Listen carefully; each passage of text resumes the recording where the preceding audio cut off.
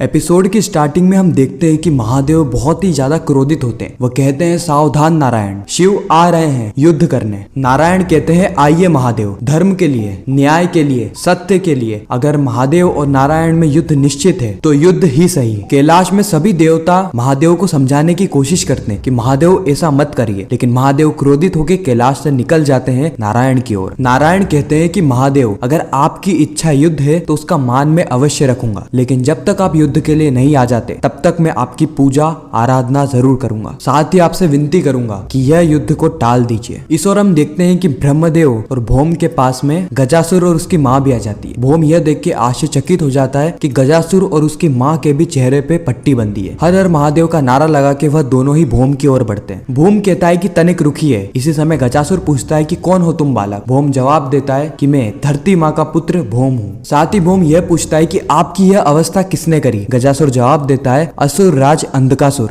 भौम पूछता है कि यह असुर राज अंधकासुर मिलेगा कहाँ? क्योंकि मैं उसके तनिक जाके उसे उसके पापों का दंड दूंगा। मैं उसे शिव रूपी सत्य के दर्शन करवाऊंगा। ब्रह्मदेव भौम को मना करते हैं कि पुत्र तुम वहाँ पे मत जाना, नहीं तो तुम्हारी आंखों पर भी पट्टी बांध देगा और तुम्हारा जीवन भी अंधकार से भर देगा। भौम कहता है किंतु मुझे प्रकाश चाहिए, इस संसार में प्रकाश। मेरी माँ ने मुझे सिखाया है कि जहाँ भी जाना प्रकाश का दीप जला के आना। भौम अपनी माँ से आशीर्वाद मांगता है, यह कहते हुए कि आशीर्वाद दीजिए माता, ताकि मैं इस अंधकार को प्रकाश में तब्दील कर सकूं, इस अंधकासुर को सदमार्ग पे ला सकूं। पृथ्वी माँ कहती है यशस्वी भव मेरे पुत्र। भौम कहता है अंधकासुर आ रहा हूँ मैं। इस और आधे रास्ते में ही महादेव को नारायण की भक्ति की ध्वनि सुनाई देती है। महादेव की आंखों से आंसू तक आ जाते हैं। फिर से देवी शक्ति और सारे ही देवतागण महादेव को समझाने की कोशिश करते हैं, लेकिन महादेव कहते हैं कि युद्ध तो होगा नारायण। महादेव सभी को कहते हैं कि मुझे रोकने का प्रयास मत करो, क्योंकि आज जो होने वाला है उसे ना तो नारायण रोक सकते हैं और ना ही शिव। भौम असुर लोक में पहुंच जाता है और कहता है अंधकासुर आ रहा हूँ मैं, असुरों का साम्राज्य मिटाने, अंधकार को प्रकाश से भरने। उसी समय कुछ असुरी सैनिक भौम को रोक लेते हैं और भौम को वापस चले जाने को कहते हैं, लेकिन भौम नहीं मानता है और उनके साथ युद्ध करके असुर लोक में आगे बढ़ जाता है। इसके बाद भौम कहता है कि अब तुम्हारी बारी है अंधकासुर। अंधकासुर कहता है कि कौन है ये मूर्ख जो कि अजय अंधकासुर को ललकार रहा है, सैनिकों लेकर आओ उसे। उसी समय हम देखते हैं कि भौम वहाँ पे उपस्थित हो जाता है। यह दोनों ही शिव अंश आमने सामने होते हैं। इस ओर हम देखते हैं कि महादेव नारायण के समीप पहुंच जाते हैं। वह नारायण को युद्ध से पूर्ण एक अंतिम चेतावनी देते हैं। वह कहते हैं कि नारायण आपके पास एक आखिरी अवसर है, आप मुझे अंधकासुर का सत्य बता दीजिए, क्योंकि पहले जो आपने कहा वह आधा सत्य था। मुझे पूरा सत्य जानना है इस ब्रह्मांड के लिए, इस सृष्टि के लिए। अगर आप मुझे नहीं बताएंगे तो एक युद्ध के लिए तैयार हो जाइए। नारायण कहते हैं अपने आराध्य महादेव की सौगंध, उचित समय आने पर मैं पूरा ही सत्य बता दूंगा, किंतु अभी मैं विवश हूँ महादेव। नारद जी यहाँ पे नारायण को समझाने की कोशिश करते हैं, लेकिन नारायण सुन के भी उनकी बात को अनसुना कर देते हैं। महादेव कहते हैं कि जो जवाब मुझे भक्ति से नहीं मिला वो अब प्रहार से मिलेगा। इस और हम देखते हैं कि अंधकासुर भौम से पूछता है कि कौन हो तुम? भौम जवाब में कहता है कि संसार में प्रकाश फैलाने वाला एक योद्धा हूँ मैं, शिव का साधक और इस सृष्टि पे अंधकार फैलाने वाले अंधकासुर का काल हूँ मैं। अंधकासुर हंसते हुए कहता है कि तुम मेरा काल जो अभी तक धरा से उगा नहीं वो अंधकासुर को मारेगा। उथरंडी को क्षमा एक बार मिल सकती है, लेकिन शिव के साधक को कदापि नहीं। तुम यहाँ तक तो आ गए, लेकिन यहाँ से जीवित वापस नहीं जा सकते। सैनिकों बंदी बना लो इसे और इसे इतना कष्ट दो